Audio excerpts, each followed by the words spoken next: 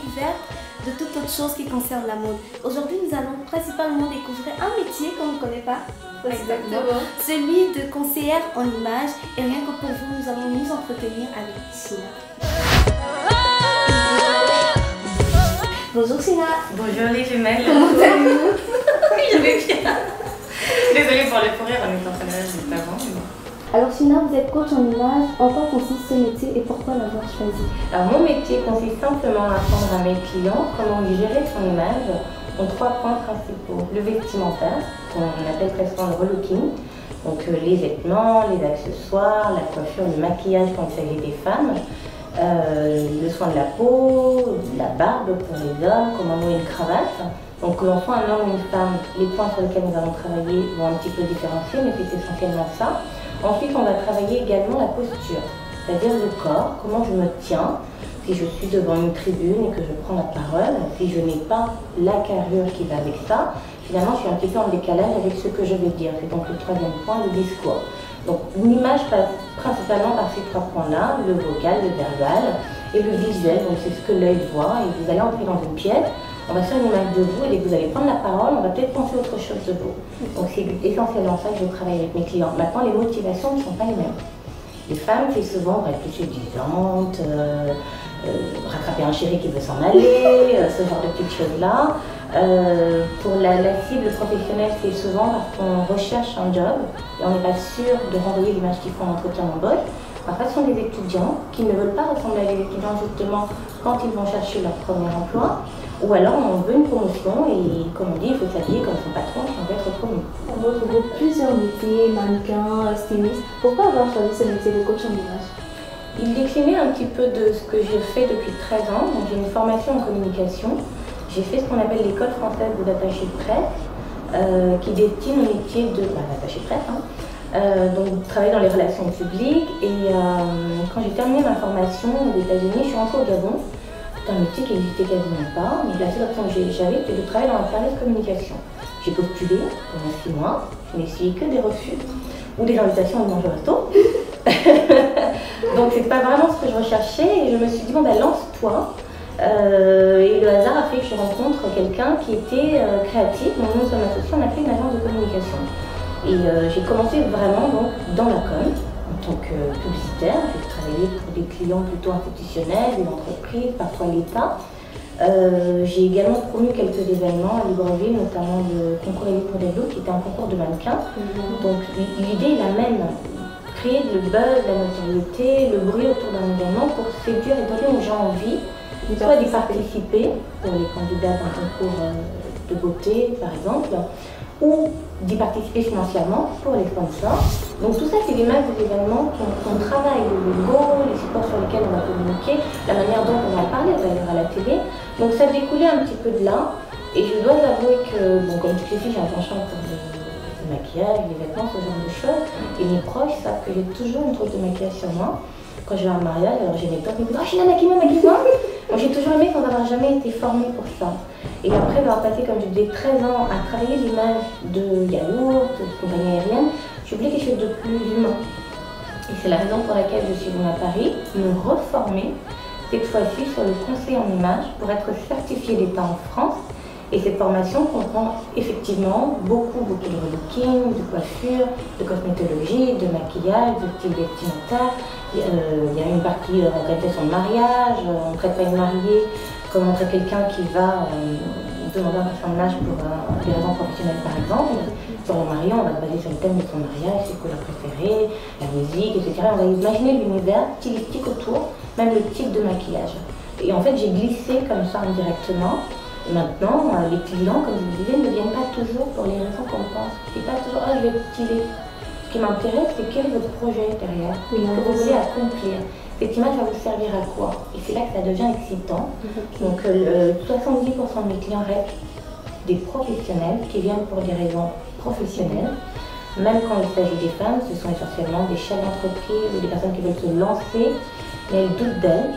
Et au bout de 3, 4, 6 mois de coaching, quand elle se voit dans son tailleur, le petit sac qui va bien, le dossier en main, et elle voit une businesswoman, elle parle comme une businesswoman, elle se tient comme une businesswoman, je comprends que ma part du travail est terminée et ce n'est qu'à elle maintenant de réaliser ce qu'elle m'a dit qu'elle voulait accomplir.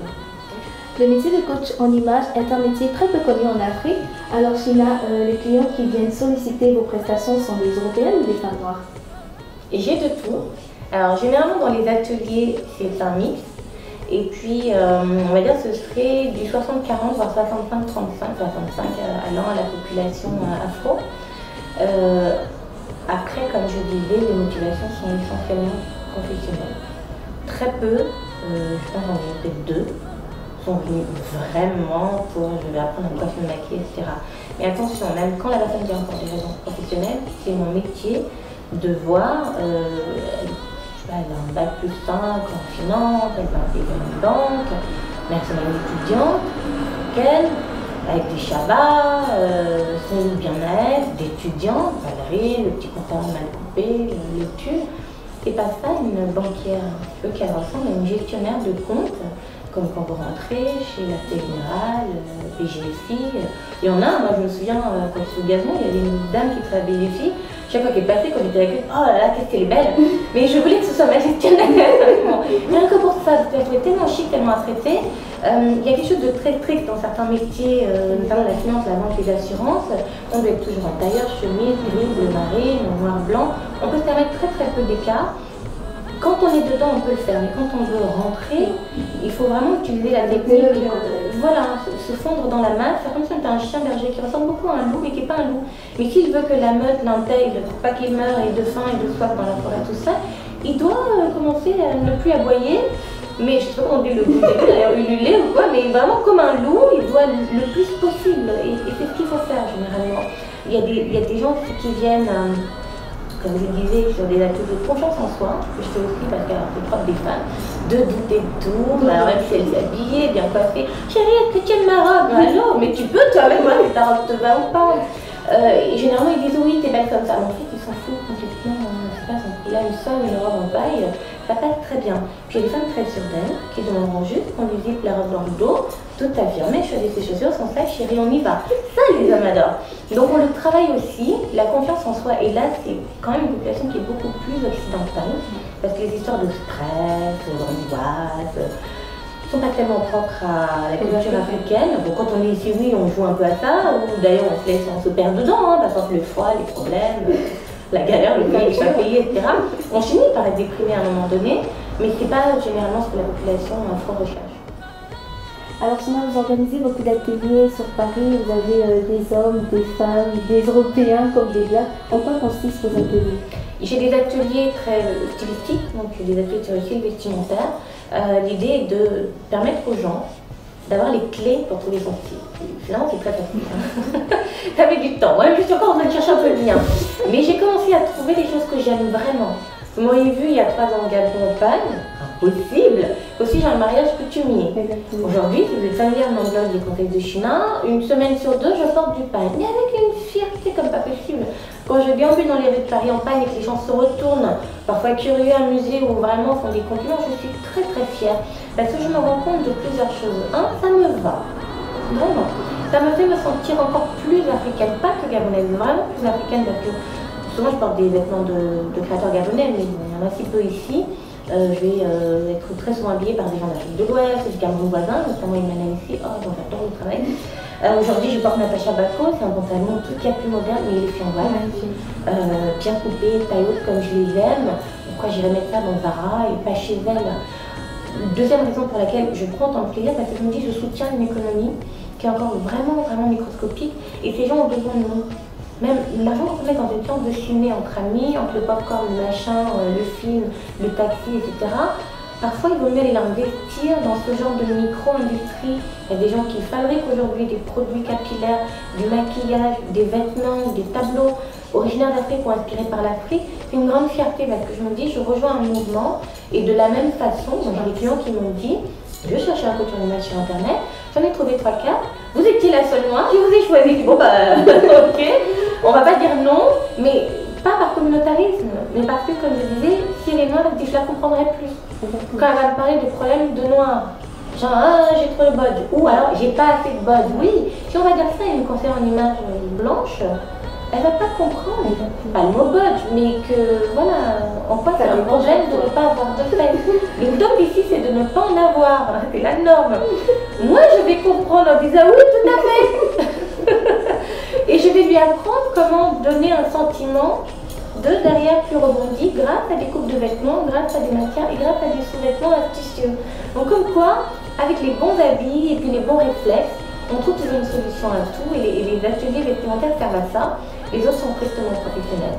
Si vous avez une entreprise, vous n'arrivez pas à trouver de clients, venez me voir pour ça. Vous avez des clients, vous gagnez de l'argent, mais vous dépensez pour tout sauf dans l'entreprise où vous n'investissez pas. Là aussi, je coach des gens d'ici. Ou alors vous avez une idée, ou 1000 idées, et vous n'arrivez toujours pas à vous lancer. Je vais être maquilleuse, je vais être animatrice télé, je vais être mannequin, je vais être tout ça. En plusieurs séances de travail, je vais vraiment faire vomir toutes les idées possibles. Oui, mais c'est là, mais pourquoi pas ci, mais pourquoi, voilà. Ils ont une méthode de travail, très inspirée d'ailleurs de la maïeutique en philo, on re-questionne tout. Oui, mais pourquoi pas ceci, oui, mais pourquoi, mais pourquoi, mais pourquoi. Et à la fin, la personne se rend compte elle-même des incohérences, des choses qui sont brillantes, etc. Couplées avec des chiffres, un bon business plan, elle finit par se lancer. Alors Chimère, quels sont les éléments indispensables dans la garde-robe de Jelly? Alors le point de départ que je donnerais à toutes les personnes qui veulent travailler leur style, ça prend des années pour le trouver, parfois l'aide de professionnels, c'est commencer en ayant des basiques. Et le meilleur exemple que je peux vous donner, quand vous êtes étudiante par exemple, votre cuisine n'est pas aussi équipée que celle de votre maman. Donc vers la trentaine, il faut avoir une garde-robe un peu plus complète en termes de basiques. Généralement, une étudiante va avoir une jeune fille, une marmite pour faire bouillir un peu, une poêle, 2 verres qui ne se ressemblent même pas. Vous allez dire que tu as une passoire, peut-être tu auras la passoire, mais pas le tamis. Donc il y a des choses qui manquent. Et puis une vraie femme, entre guillemets, qui est une vraie cuisine équipée, alors elle a tout, le mixeur, le machin, le fait-tout, le rouleau à pâtisserie, le pilon, le petit pilon pour les légumes, le mixeur pour ça d'ailleurs. Donc c'est plus facile pour elle de cuisiner pour 2, pour 4, pour 1000. C'est la même chose, si vous avez les basiques. Ensuite les autres pièces, ce ne sont que des accessoires en plus qui vont nourrir votre garde-robe. Les basiques, il peut en avoir en 10 et 15, même limité à 10, que je vous ai sorti aujourd'hui. Le premier, pour moi le plus important, parce que c'est souvent le plus cher, c'est une veste noire. D'avoir une bonne veste noire, de bonne facture et bien coupée, qui correspondent à votre morphologie. Il y a des coupes de vestes en veux-tu en voilà, il faut en essayer plusieurs, ou alors connaître sa morphologie et savoir la veste qu'on cherche, qui tombe bien et qui ne fait pas moins cher, comme on dit. Quand elle tombe aussi bien et que la matière est noble, c'est souvent de la laine, les super 100, 120, etc. Les vestes sont en coton généralement. Que vous avez ça, quoi que vous portiez, la veste va rajouter du chic. Même si vous portez un jean et un t-shirt blanc et des ballerines. Une belle veste noire par-dessus, vous êtes aussi chic. Vous rajoutez un petit bijou, vous mettez une broche sur la veste, un petit rouge à lèvres comme aujourd'hui, c'est encore plus chic. On a toutes cette envie de s'acheter une veste. T'en as la mienne, moi j'en ai pas. Moi j'en ai plus. C'était vraiment, je voulais vous les montrer parce que souvent quand on voit, la mémoire se souvient mieux. Donc on a parlé tout à l'heure d'une veste noire. Là on a un exemple de veste noire toute simple. Comme je disais, les vestes féminines doivent être un peu centrées. On voit le travail ici sur le dos, mais voilà. Une veste noire basique, je peux la porter le jour le soir, pièce numéro 1. Ensuite, le pantalon noir, que je peux évidemment porter avec ma veste. Ça me fait donc l'intérieur tout de suite. Que je peux porter aussi tout seul avec une chemise. Un peu garçon. Voilà, rentrer, nouer comme je veux. Et avec cette veste, je suis donc en costume, un peu cravate comme les hommes.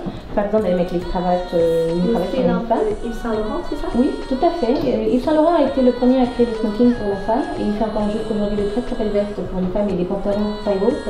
Un petit peu comme les pantalons d'équitation, mais ça tombe magnifiquement bien et surtout ça coûte un bras. Donc, quand on peut, oui. Sinon, on trouve un beau pantalon noir, une belle veste et une chemise blanche, c'est un Saint-Laurent à soi. Ensuite, on a parlé de la jupe droite, c'est une petite jupe, je crois que c'est une jupe de chez Zara, oui, Zara. Confirmé? Zara. Qui fait une très belle jupe crayon. Elle est très jolie, je crois que je l'ai depuis 6 ou 7 ans, elle a même des petites poches. Donc avec une veste, quand on a des jolis formes, alors qu'est-ce que c'est chic et féminin, une paire de cache-points noirs, on est parti, je peux rajouter la veste dessus ou pas. Un jean brut, juste pour que vous voyez la couleur vraiment foncée, pas le jean clair. Je peux le porter avec cette chemise et je mets ma veste par-dessus, ça ira toujours très bien, comme avec un t-shirt, même un débardeur, c'est voilà, la version décontractée. Et la dernière pièce donc, la robe noire, on laisse une petite robe un peu trapèze, c'est celle qui va dans morphologie.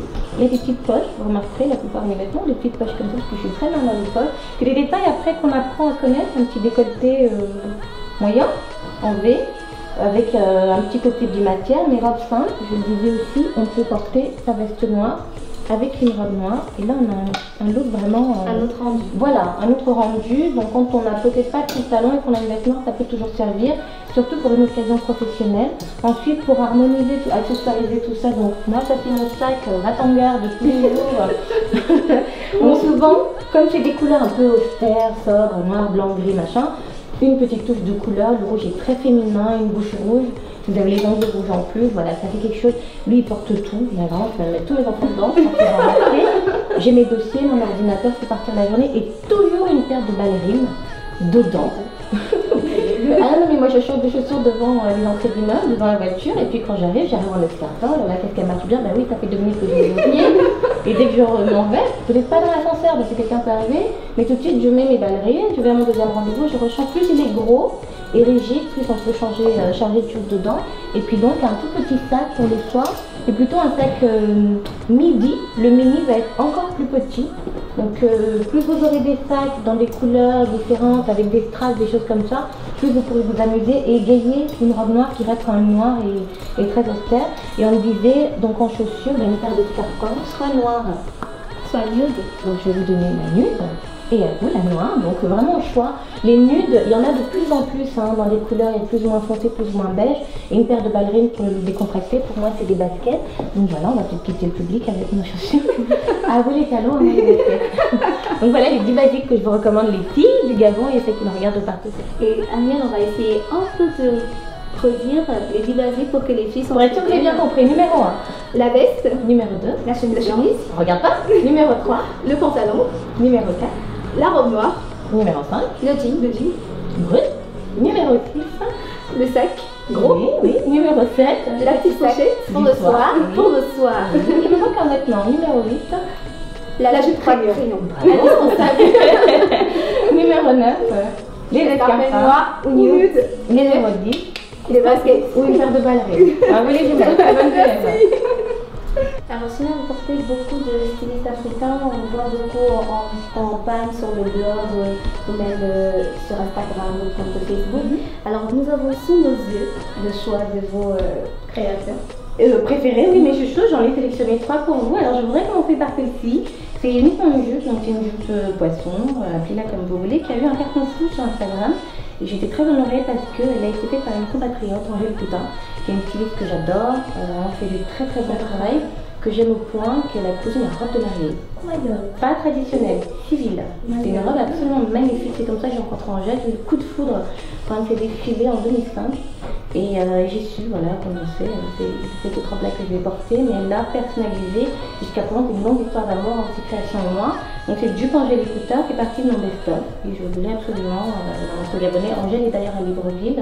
Il y a d'autres stylistes que j'adore au Gabon. Je suis Lazare, bien évidemment. J'aime beaucoup Skiamoto également, qui est en train de monter de plus en plus. Je fais un travail magnifique qui rappelle beaucoup celui du Manaïsi d'ailleurs, dont vous portez une des créations. Donc c'est un pantalon de sa dernière collection. De sandales. Un peu poignant. Donc de sandales qui sont inspirées des salins, des pagnes enfants. Et il a vraiment créé une combinaison de pantalons avec un drapé dessus. Parce que souvent en fait les femmes en Afrique, on a un pagne et puis on porte un autre par-dessus. La manière de le nouer, même le foulard, montre l'origine, etc. Et c'est ce qui l'a inspiré. J'ai adoré la couleur très moderne, le côté origami. J'adore ce pantalon, c'est juste un jus de fruits, c'est très vitaminé. C'est très moderne et pourtant c'est fait en Afrique. Le tissu est fait au Cameroun, la teinture, le dessin, il a tout fait faire lui-même. Et ensuite, évidemment, le travail de coupe, de mobilisme, ils y reviennent. C'est une collection magnifique, pour ceux qui ne connaissent pas Manaïsi, n'hésitez pas. Je crois qu'il était au Gabon il y a 2 ans d'ailleurs pour un défilé.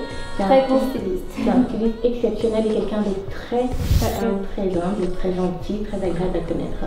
Pour finir, donc, quelqu'un qui porte, voilà, une nouvelle création, je suis qui te va très bien. Merci. Donc ça veut dire de Côte d'Ivoire, et c'est du styliste ivoire-libanais Eliquois, que j'ai rencontré au Gabon, Magnifique aussi. qui était venu à Libreville. Donc il longeait les plages du lycée Léon Bar, ramassait les badanes, les coquillages. Et il allait au village artisanal acheter voilà, des petites choses dont il s'est servi ensuite pour faire une collection de vêtements. Et c'est comme ça que j'ai craqué pour lui en disant mais il est fou, il ramasse les coquilles de badanes pour faire des habits, c'est vraiment un artiste dans l'âme. Et ça c'est de sa collection Roots qui date de l'an dernier, 2013-14. Il a simplement changé les couleurs, c'est la première fois d'ailleurs que j'ai acheté quelque chose chez lui. Cette tenue est magnifique, la jupe un peu trop longue pour Kelly. Tu la portes pas, voilà. pour moi. Mais la veste va rien Casquette, dire. Le dos, c'est juste, voilà. Elle est culturelle également sur Instagram. Royal. Et je recommande aux Gabonaises, les tantines, les mamans et même les plus jeunes. Aux Africaines aussi. Oui, et tout le monde qui regarde cette émission, de soutenir ces créateurs. Ils méritent vraiment, vraiment notre soutien. Si on n'aime pas le style, ne les forçons pas, mais si on aime, n'hésitez pas à les contacter pour une grande occasion ou simplement pour la vie de tous les jours. Un tailleur comme ça fait que vous une femme qu'on visite. Et c'est la beauté de l'Afrique qu'il porte. Et qui est mise en valeur. Voilà. Donc vous avez ici mes 3 chouchous Pine que je voulais présenter à vos téléspectateurs et que je trouve vraiment bien. Hein. Que tu n'aies pas mis ton pantalon. Alors nous étions dans Chez China. Chez China à Paris, nous avons discuté de tout, de mots, de famille, de prodroman, d'indépendance humaine. Donc il n'y a plus de raison de dire je ne peux pas faire ça parce que j'ai mon bébé. On peut tout faire les femmes, someday. Merci énormément. Merci les filles d'être passées. Merci. Et bonjour à Libreville de ma part. Et on se revoit là-bas à l'occasion. Je viendrai vous passer le bonjour dans les studios de Canal 7. Merci. Au revoir. Au revoir.